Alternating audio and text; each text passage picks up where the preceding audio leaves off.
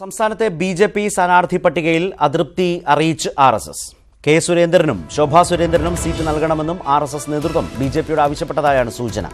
ആദ്യഘട്ട പോളിംഗ് നടക്കുന്ന 91 മണ്ഡലങ്ങളിലെ സ്ഥാനാർത്ഥി പട്ടികയ്ക്കൊപ്പം കേരളത്തിലെ സ്ഥാനാർത്ഥികളെയും ബി.ജെ.പി. ഇന്ന് പ്രഖ്യാപിക്കുമെന്നാണ് സൂചന.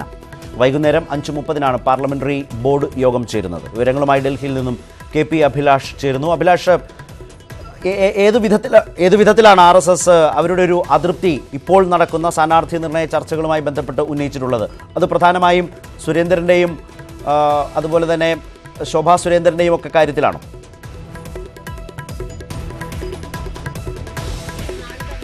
ശരത്ത്, കേരളത്തിലെ ലോക്സഭാ പോരാട്ടത്തിൽ LDF ബഹുദൂരം മുന്നിൽ പോയി കഴിഞ്ഞിരിക്കുന്നു. ഇപ്പോൾ പ്രചാരണ രംഗത്തടക്കം UDF ആകട്ടെ 4 സീറ്റുകളിലൊഴികെ സ്ഥാനാർത്ഥികളെ നിശ്ചയിക്കുകയും ചെയ്യുമ്പോഴും ബി.ജെ.പിയിൽ ഇപ്പോഴും അനിശ്ചിതത്വവും ആശയക്കുഴപ്പവും തുടരുന്നത് ബി.ജെ.പിയിലെ രണ്ടാം ദിന നേതാക്കളെയും ബി.ജെ.പി അണികളെയും ഒരുപോലെ തന്നെ ബുദ്ധിമുട്ടിലാക്കിയിട്ടുണ്ട്. അതിനിടയിൽ തന്നെയാണ് ആർ.എസ്.എസ്. ശക്തമായ സമ്മർദ്ദവുമായി ഇപ്പോൾ രംഗത്തെത്തിയിട്ടുള്ളത്. പ്രത്യേകിച്ച് കെ സുരേന്ദ്രനും ശോഭാ സുരേന്ദ്രനും സീറ്റുകൾ ഇല്ല എന്ന തരത്തിലുള്ള റിപ്പോർട്ടുകൾ പുറത്തു വന്നിരുന്നു. അതോടൊപ്പം കെ സുരേന്ദ്രന് പ്രധാനപ്പെട്ട മണ്ഡലമല്ല നൽകുന്നത് എന്ന തരത്തിലും സൂചനകൾ പുറത്തു വന്ന പശ്ചാത്തലത്തിലാണ് ആർ.എസ്.എസ്. സമ്മർദ്ദം ശക്തമാക്കിയിട്ടുള്ളത്. കാരണം ഈ തെരഞ്ഞെടുപ്പിൽ ബി.ജെ.പി. വലിയ പ്രതീക്ഷ അർപ്പിക്കുന്നത് ശബരിമല വിഷയം വീണ്ടും പ്രചാരണ രംഗത്ത് സജീവമാവുകയും അതിന്റെ പ്രതിഫലനം തെരഞ്ഞെടുപ്പിലടക്കം ഉണ്ടാവുകയും ചെയ്യുമെന്ന ഒരു നിരീക്ഷണത്തിലാണ്. അതായത് അഭിലാഷ്, ഈ ശബരിമല പ്രശ്നത്തെ മുൻനിർത്തി ബി.ജെ.പിയെ നയിച്ച പ്രസിഡന്റ് അഡ്വക്കേറ്റ് പി.എസ്. ശ്രീധരൻപിള്ളയേക്കാൾ പത്തനംതിട്ടയിൽ യോഗ്യനായ സ്ഥാനാർത്ഥി കെ സുരേന്ദ്രനാണ് എന്നാണോ ആർ.എസ്.എസ്. പറയുന്നത്?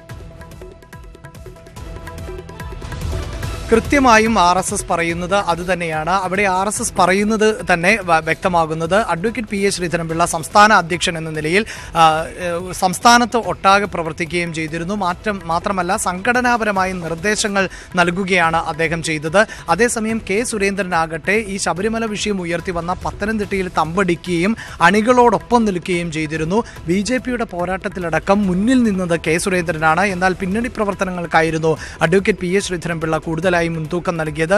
കെ സുരേന്ദ്രനാകട്ടെ ഈ ശബരിമല വിഷയം ഉയർന്നു വന്നപ്പോൾ ബി.ജെ.പിയുടെ മുഖമായി മാറിയ നേതാവാണ് എന്ന നിരീക്ഷണമാണ് ആർ.എസ്.എസ്. നടത്തിയത്. ആ നിലയിൽ തന്നെ അണികളോടൊപ്പം നിൽക്കുകയും അവരോടൊപ്പം പോരാട്ടം നയിക്കുകയും ചെയ്ത നേതാവാണ് കെ സുരേന്ദ്രൻ എന്ന് ആർ.എസ്.എസ്. വ്യക്തമായി പറയുന്നു. മാത്രമല്ല ശബരിമല വിഷയം കേരളത്തിൽ സജീവ ചർച്ചയായിരുന്ന സമയത്ത് സർക്കാർ രാഷ്ട്രീയ വൈരാഗ്യം തീർത്തത് കെ സുരേന്ദ്രനോടായിരുന്നു. ആ നിലയിലാണ് സുരേന്ദ്രന് ജയിലിൽ പോകേണ്ടി സംഭവിക്കുന്നത്. പലപ്പോഴും കേട്ടിട്ടുള്ളത്, വാർത്തകളിൽ വന്നിട്ടുള്ളത് അഭിലാഷ്, ഈ കെ സുരേന്ദ്രൻ ആർ.എസ്.എസിന് അത്ര സ്വീകാര്യനായ നേതാവായി കരുതിയിരുന്നില്ല പൊതുവിൽ.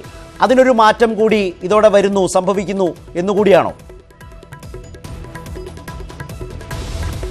തീർച്ചയായും ആ നിലയിൽ തന്നെയാണ് നിരീക്ഷിക്കേണ്ടത്. പ്രത്യേകിച്ച് തെരഞ്ഞെടുപ്പ് ഘട്ടത്തിലേക്ക് കടക്കുമ്പോൾ പരമാവധി വോട്ടുകൾ നേടുക എന്നത് തന്നെയാണ് പ്രധാനം. വിജയം പോലെ തന്നെ പ്രധാനപ്പെട്ടതാണ് എത്ര വോട്ടുകൾ ഈ തെരഞ്ഞെടുപ്പിൽ ബി.ജെ.പിക്ക് നേടാൻ സാധിച്ചു എന്നുള്ളത്. അത് സംഘടനാപരമായി കരുത്ത് കാണിക്കേണ്ട ഒരു അവസരം കൂടിയാണ് എന്ന് ആർ.എസ്.എസ്. പറയുമ്പോൾ ശരത്ത് നേരത്തെ സൂചിപ്പിച്ചതുപോലെ കെ സുരേന്ദ്രനെതിരെ നേരത്തെ ഒട്ടേറെ വിമർശനങ്ങൾ ഉന്നയിച്ചിട്ടുള്ളതാണ് ആർ.എസ്.എസ്. പ്രത്യേകിച്ച് അദ്ദേഹം വ്യക്തി കേന്ദ്രീകൃതമായ തരത്തിൽ പ്രവർത്തിക്കുന്നു. ആർ.എസ്.എസിന്റെ സംഘടനാ സംവിധാനങ്ങളിൽ നിന്ന് നിലപാടുകളിൽ വ്യത്യസ്തത പുലർത്തുന്ന നേതാവാണ്. ആർ.എസ്.എസിന്റെ നയപരമായ നിലപാടുകളിൽ നിന്ന് വ്യത്യസ്തമായി പ്രസ്താവനകൾ നടത്തുന്ന നേതാവാണ് എന്ന തരത്തിലൊക്കെയുള്ള ആക്ഷേപങ്ങൾ നേരത്തെ കെ സുരേന്ദ്രനെതിരെ ആർ.എസ്.എസ്. ഉന്നയിച്ചതാണ്.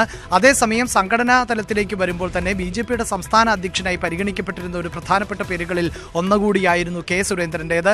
ആ സ്ഥാനവും അദ്ദേഹത്തിന് നഷ്ടപ്പെടുത്തി എന്ന തരത്തിലുള്ള രണ്ടാം നിര നേതാക്കളുടെ ഒരു നിരീക്ഷണം ഇപ്പോൾ തള്ളിക്കളയാൻ സാധിക്കുകയില്ല. ഈ തെരഞ്ഞെടുപ്പിൽ തിരുവനന്തപുരത്താണ് ബി.ജെ.പി ഏറ്റവും അധികം വിജയപ്രതീക്ഷ കൽപ്പിക്കുന്നത് എങ്കിൽ ഏറ്റവും പ്രധാനപ്പെട്ട മണ്ഡലം അല്ലെങ്കിൽ പ്രസ്റ്റീജ് പോരാട്ടം നടക്കാൻ പോകുന്ന ഒരു മണ്ഡലം പത്തനംതിട്ടയാണ്. പത്തനംതിട്ടയിൽ പരമാവധി വോട്ടുകൾ നേടുക എന്നത് തന്നെയാണ് ബി.ജെ.പിയുടെയും ആർ.എസ്.എസിന്റെയും ലക്ഷ്യം. പ്രത്യേകിച്ച് ഉയർത്തി കാണിക്കുമ്പോൾ പലപ്പോഴും ഒരു ജനപിന്തുണ ബി.ജെ.പിക്ക് ലഭിച്ചു.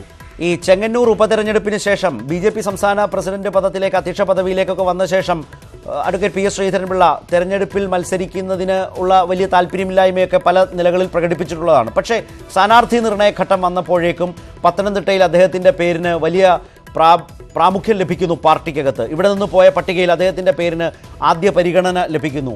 അതുതന്നെ ഒരുപക്ഷെ സുരേന്ദ്രൻ പത്തനംതിട്ടയിലേക്ക് മത്സരരംഗത്തേക്ക് വരുന്നത് തടയുക എന്ന ലക്ഷ്യത്തോടു കൂടിയാണോ അഡ്വക്കേറ്റ് പി.എസ്. ശ്രീധരൻപിള്ള പത്തനംതിട്ടയിൽ മത്സരിച്ചു കളയാം, അല്ലെങ്കിൽ വീണ്ടും ഒരു മത്സരത്തിന് തയ്യാറെടുക്കാം എന്ന നിലയിൽ ഒരു തീരുമാനത്തിലേക്ക് മാറിയത്?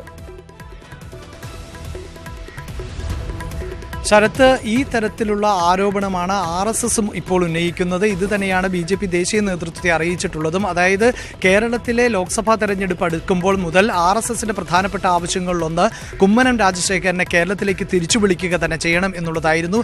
അതേസമയം തിരുവനന്തപുരത്ത് മത്സരിക്കുക എന്ന ലക്ഷ്യത്തോടു കൂടിയായിരുന്നു അഡ്വക്കേറ്റ് PA ശ്രീധരൻപിള്ള തുടക്കത്തിൽ പ്രവർത്തനങ്ങൾ നടത്തിയത്. RSSന്റെ സമ്മർദ്ദത്തിന് ഒടുവിൽ കേന്ദ്ര നേതൃത്വം വഴങ്ങുകയും അതേ തുടർന്നാണ് മിസോറാം ഗവർണറായിരുന്ന കുമ്മനം രാജശേഖരനെ തിരിച്ചു വിളിക്കുകയും ചെയ്തത്.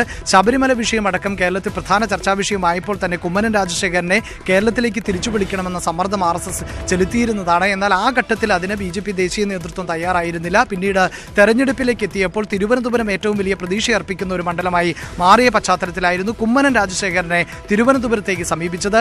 ഈ ഘട്ടത്തിലാണ് അഡ്വക്കേറ്റ് PA ശ്രീധരൻപിള്ള തിരുവനന്തപുരം എന്നത് മാറ്റി പത്തനംതിട്ടയിലേക്ക് കൂടുതൽ ശ്രദ്ധ കേന്ദ്രീകരിച്ചത്. തിരുവനന്തപുരം കഴിഞ്ഞാൽ ഒരുപക്ഷെ BJPക്ക് ജയസാധ്യതയുള്ളതും ഏറ്റവും അധികം വോട്ടുകൾ ലഭിക്കാൻ പോകുന്നതുമായ മണ്ഡലം എന്ന് പൊതുവെ നിരീക്ഷിക്കപ്പെടുന്നത് പത്തനംതിട്ടയാണ്. അതുകൊണ്ട് തന്നെയാണ് പത്തനംതിട്ടയിൽ പോരാട്ടത്തിന് വേണ്ടിയിട്ട് PA ശ്രീധരൻപിള്ള എല്ലാ തരത്തിലുള്ള